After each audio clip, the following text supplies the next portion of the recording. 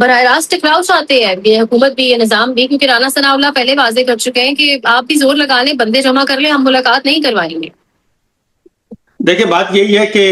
ملاقات نہیں کروانی، اس سے ایک پاکستان تحریک انصاف کو بھی فائدہ ہو رہا ہے، عمران خان صاحب کو بھی فائدہ ہو رہا ہے، کیونکہ اس کا مطلب یہ ہے کہ یہ ملاقاتیں حکومت نے بند کروائی ہیں. اس کا مطلب ہے کہ ملاقاتیں جو ہیں وہ جیل حکام سے زیادہ اس کے پیچھے گورنمنٹ ہے، اور گورنمنٹ اس کو کنٹرول کر رہی ہے. اور رانا ثناء اللہ صاحب اب چونکہ خود آ چکے ہیں اور D D I S P R کی طرف سے ایسی کوئی سٹیٹمنٹ نہیں آئی، تو یہ اونرشپ اگر لینا چاہتے ہیں مسلم لیگ نواز والے تو ان کو میرا خیال ہے کہ کچھ دنوں کے بعد پتہ چلے گا کہ یہ اونرشپ لے کے اپنا ہی کباڑہ کر رہے ہیں، کیونکہ عمران خان صاحب کی فیملی اور پاکستان تحریک انصاف جو ہے ان کا موقف تو بڑا واضح ہے کہ یہ عمران خان صاحب جو ہے اس وقت ملٹری اسٹیبلشمنٹ کی قید میں ہیں، اور اگر جیل میں کچھ ہوتا ہے، نمبر 2 پہ انہوں نے شہباز شریف صاحب کا نام لیا، نمبر 3 پہ یحییٰ آفریدی صاحب کا نام لیا، تو اگر مسلم لیگ نواز خود میدان میں آ چکی ہے تو اس کا مطلب بڑا واضح ہے کہ وہ اب یہ وزن تھوڑا بہت وزن اٹھانے کے لیے تیار ہے، اور حکومت کی اسٹیبلشمنٹ کے بجائے وہ خود کندھا دینے کے لیے تیار ہے. اس کی ریزن ہے کہ چونکہ پچھلے دنوں محسن نقوی صاحب نے جو کہا کہ یہ سسٹم کولیپس کر چکا ہے اور نظام تباہ ہو رہا ہے اور نظام کی تبدیلی کی باتیں کی جا رہی تھیں، وہ یقیناً اس میں، اور پھر پیپلز پارٹی سر اٹھا رہی ہے. اگر ان دونوں چیزوں کو اگر آپ ملا کر دیکھیں، مولانا فضل الرحمان صاحب میدان میں آ رہے ہیں، جماعت اسلامی آ رہی ہے، تو مسلم لیگ نواز اس وقت انڈر پریشر ہے. اور مسلم لیگ نواز وہ یہ سمجھتی ہے کوئی بھی اگر ایسا سٹیپ ہوتا ہے یا راولپنڈی کے دروازے کسی کے لیے کھلتے ہیں یا کسی اپوزیشن جماعتوں کی طرف سے یا حکومتی اتحاد کی طرف سے اگر کوئی سر اٹھاتا ہے، تو مسلم لیگ نواز یہ سمجھتی ہے کہ اس کے پیچھے کوئی نہ کوئی طاقتور ہاتھ ہے، اور یہ انہی کو ہی کنٹرول کرنے کے لیے کیا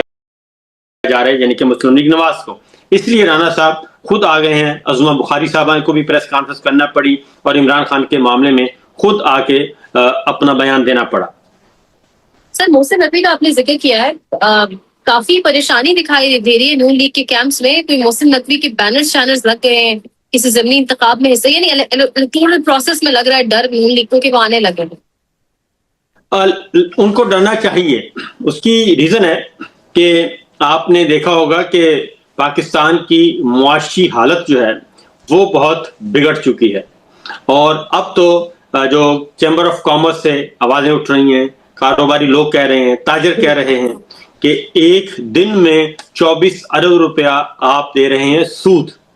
صرف ایک دن میں، اور ایک دن میں آپ قرض لے رہے ہیں تقریباً 21 ارب روپیہ، اور ایک دن میں آپ کا سرمایہ جا چکا ہے بلکہ یومیہ سرمایہ 23 ارب روپیہ، جو کہ ان کے اپنے اعداد و شمار ہیں، اسٹیٹ بینک آف پاکستان کے یہ فگرز ہیں. اور اس کے بعد محسن نقوی صاحب کا اپنا بیان ہے کہ 100 ارب ڈالر چلا گیا. اگر اس کو ہم 3.5 سالوں پہ تقسیم کریں تو یہ بنتا ہے 21 ارب روپے یومیہ. اور اسی طریقے سے جو سود ادائیگی کی جا رہی ہے، قرضوں پہ سود، صرف قرض نہیں، قرضوں پہ صرف سود ادا کیا جا رہا ہے، وہ 24 ارب روپیہ یومیہ ہے. تو اس سے آپ اندازہ کر سکتے ہیں کہ پاکستان کی معاشی حالت کہاں پہنچ چکی ہے. اور اس رجیم چینج سے لے کر اور ویژن 2024 جو کہ عوامی مینڈیٹ چوری کیا گیا تھا، اس کے نتیجے میں ان لوگوں کو مسلط کیا گیا، تو پاکستان کو اس کی بھاری قیمت ادا کرنا پڑ رہی ہے. انڈیویجولز کو تو فائدہ ہوا، لیکن پاکستان کا ستیہ ناش ہو چکا ہے، پاکستان کی جڑیں جو ہیں وہ کھوکھلی ہو رہی ہیں. اس لیے محسن نقوی صاحب کو لے آئیں یا کسی اور کو لے آئیں، مسلم لیگ نواز سے جان چھڑوا لیں، تو یہ معاملہ سنبھلے گا نہیں. محسن نقوی صاحب اس لیے ان کی آوازیں آ رہی ہیں، نون لیگ خود بھی کہتی ہے کہ محسن نقوی جو ہیں وہ پرائم منسٹر سے زیادہ طاقتور ہیں اور وہ کسی کو جواب دہ نہیں ہیں. دوسری جانب محسن نقوی جو ہیں وہ پیپلز پارٹی کے لیے بھی قابل قبول ہوں گے اور پیپلز پارٹی کو بھی سوٹ کرتے ہیں، اور فی الوقت ایک انٹرم پیریڈ کے لیے یا ایک بفر پیریڈ کے لیے وہ یہ سارے اقدامات کرنے کی طرف بڑھیں گے. تو دیکھنا ہے کہ مسلم لیگ نواز اس کو کیسے دیکھتی ہے اور کب ریئیکٹ کرتی ہے. 27 ستمبر تک ایکٹیویٹیز ہوتی رہیں گی، اور صرف 27 ستمبر تک میری اطلاع کے مطابق یا میرے اندازے کے مطابق یہ صرف پاکستان تحریک انصاف نہیں ہوگا. اگر فیصلہ ہو چکا ہے ان کو گھر بھیجنے کا، اور تو پھر ان کو گھر بھیجنے کے لیے بہت ساری جو ہیں ایکٹیویٹیز آپ دیکھیں گی آنے والے دنوں میں. اور شاید ابھی رانا ثناءاللہ صاحب نے ایک اور سٹیٹمنٹ بھی دیا ہے محسن نقوی صاحب کے خلاف ہی, کہ ایک طرف تو انہوں نے کہہ دیا کہ سسٹم تباہ ہو گیا ہے, اور دوسری طرف وہ تاجروں کو بھی اکسا رہے ہیں کہ کوئی سرمایہ ورمایہ نہ لگائیں. تو یہ بھی چیز چل رہی ہے. تو یہ اگر آپ نے ان سب کو گھر بھیجنا ہے تو یقیناً مسلم لیگ نواز کو کنٹرول کرنے کے لیے, اور چونکہ وہ زبان دراز تو بہت ہیں اور وہ بلیک میلر بھی بہت ہیں, یعنی کہ پولیٹیکل بلیک میلنگ جو کرتے ہیں گفتگو کی صورت میں, تو وہ بھی سامنے آئے گی. اس لیے 27 ستمبر تک کافی کچھ ہوگا, اور یہ اب سکون کے دن میرا خیال ہے کہ کم ہوں گے نون لیگ کے لیے. سر لانگ مارچ کا جیسے ہی اعلان ہوتا ہے, ساتھ ہی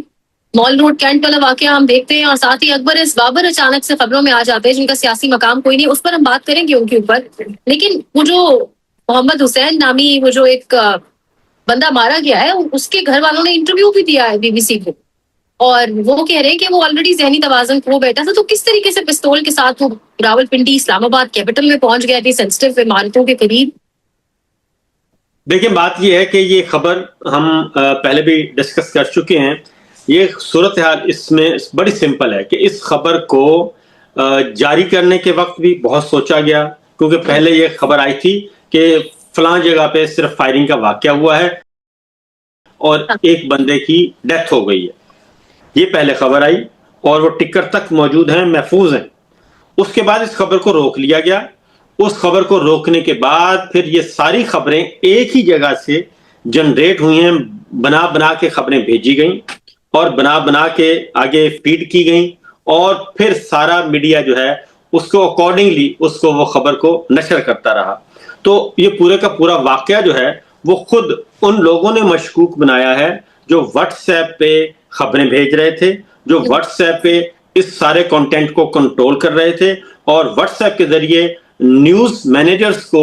ہدایات دے رہے تھے کہ آپ نے اس خبر کو ایسے ہینڈل کرنا ہے. اور پھر خاص طور پہ ایک اور کام بھی کیا گیا کہ اس کو ایک خاص لیول تک ہی رکھنا ہے, بہت زیادہ ہائپی نہیں ہونی چاہیے, اور بہت زیادہ اس کو نیچے لو پروفائل پہ بھی نہیں لے کے جانا چاہیے. تو اس لیے یہ سارے کے سارا سوچ سمجھ کے, جس کی وجہ سے یہ سارا واقعہ جو ہے اس کے شکوک و شبہات آئے, اور پھر یہ کہ CCTV فوٹیج تو ہونی چاہیے کہ CCTV فوٹیج کے ذریعے معلوم ہو جائے گا کہ یہ کہاں سے چلا, کس ایریا میں گیا, اور وہ ساری کے ساری. اور پھر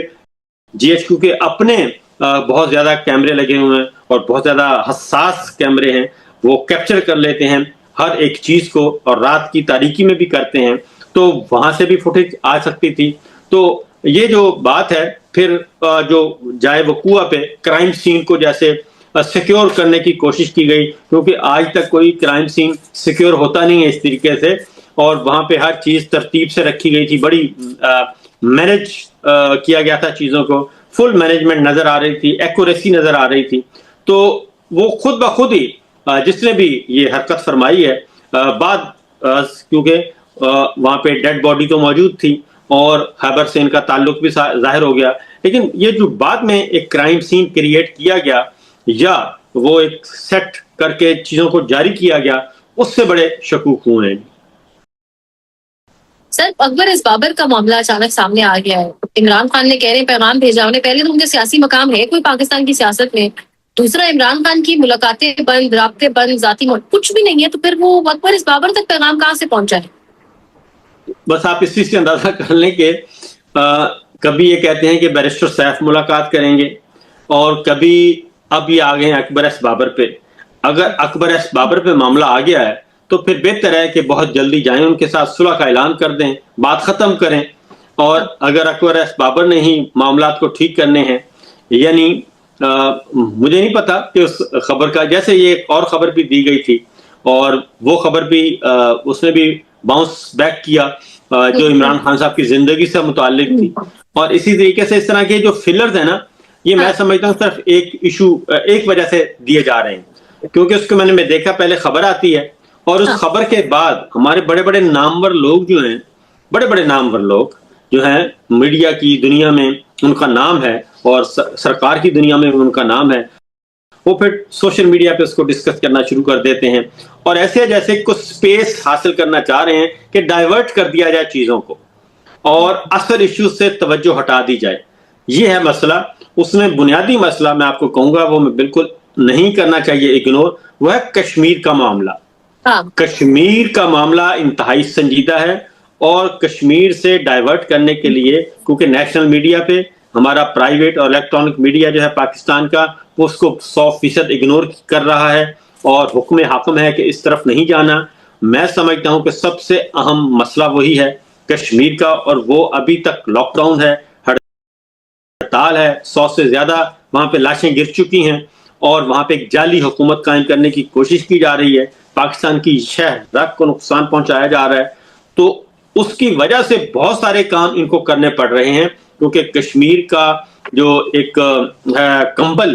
بلکہ کمبل نہیں, کشمیر گلے کا پھندا بنتا جا رہا ہے ان کے لیے. تو اس طرح سے یہ چھوٹی چھوٹی خبریں آتی رہیں گی, لیکن اصل حقائق اور اصل جو ایشوز ہیں ان سے توجہ ہٹانے کے لیے. بس جاتے جاتے 2 سوال ہیں سر. ایک آپریشن بلقس نام, معذرت کے ساتھ لانگ مارچ کا نام جو ہے وہ بلقس نام دیا ہے سہیل آفریدی نے. یہ عربی نام, یہ جو آیات پڑھ پڑھ کر پی ٹی آئی کو سنائی جاتی ہیں, اس کے جواب میں یہ نام رکھا گیا. اور انٹرسٹنگلی انہوں نے کہا 5.5 لاکھ لوگوں کی رجسٹریشن ہوئی ہے پنجاب سے, مطلب سب سے زیادہ پنجاب سے. تو پنجاب یعنی ایکٹیو ہوگا اس بات. دیکھیں بات وہی ہے کہ اگر اس وقت پی ٹی آئی کی اپوزیشن کون ہے, پی ٹی آئی کی اپوزیشن ہے اس وقت ہمارے بادشاہ سلامت. ایسے لگ رہا ہے کہ اس وقت لیڈر آف اپوزیشن ہونا تو چاہیے تھا نون لیگ کو, پاکستان پیپلز پارٹی کو, لیکن پاکستان پیپلز پارٹی اور نون لیگ پی ٹی آئی کی اس قدر اپوزیشن نہیں کر رہی, خود ہی یہ سارے کا سارا ملبہ اپنے گلے میں ڈال دیا ہے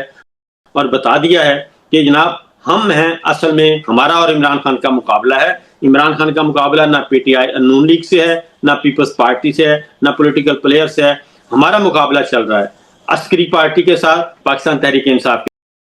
کے ساتھ. تو یہ انہوں نے یہ حرکت فرمائی تھی, اس لیے اب انہوں نے پھر آگے آپریشن کے نام بھی وہ سناتے ہیں, کیونکہ اگر آپ خیبر پختونخوا میں جائیں اور وہاں جا کر خیبر پختونخوا پولیس کو بھی یہ کہیں اور پھر ایسی قرآن مجید کی آیات آپ ہر وقت کوٹ کریں جس میں صرف ہو قتلوا کا ذکر ہو, اور جب اس طرح کے عربی اصطلاحیں استعمال کریں اور جب تو پھر اس کا مطلب ظاہر ہے کہ آگے سے جواب بھی آئے گا. تو انہوں نے بھی آپریشن کا نام جو ہے وہ رکھ دیا ہے اور اس میں عربی کا ایک لفظ اضافہ کر دیا ہے. اس لیے یہ آپس میں چل رہا ہے ان کا سلسلہ. اس کی ریزن ہے کہ یہ افغان جہاد سے سلسلہ شروع ہوا تھا, پہلے جہادی تھے, جہادی سے پھر وہ آ گئے قلعدم, پھر آ گئے ملیٹنٹس, پھر ان کو ٹی ٹی پی قلعدم تحریک طالبان کا نام دے دیا گیا, پھر اس کے بعد اب جو آئے ہیں وہ فتنۃ الخارج, فتنۃ الہندوستان اور اس طرح کے نام اگر آپ دیں گے اور اپنے مخالفین کو اور سیاسی مخالفین کو نشانہ بنائیں گے انتقام کا, تو پھر جواب تو آئے گا.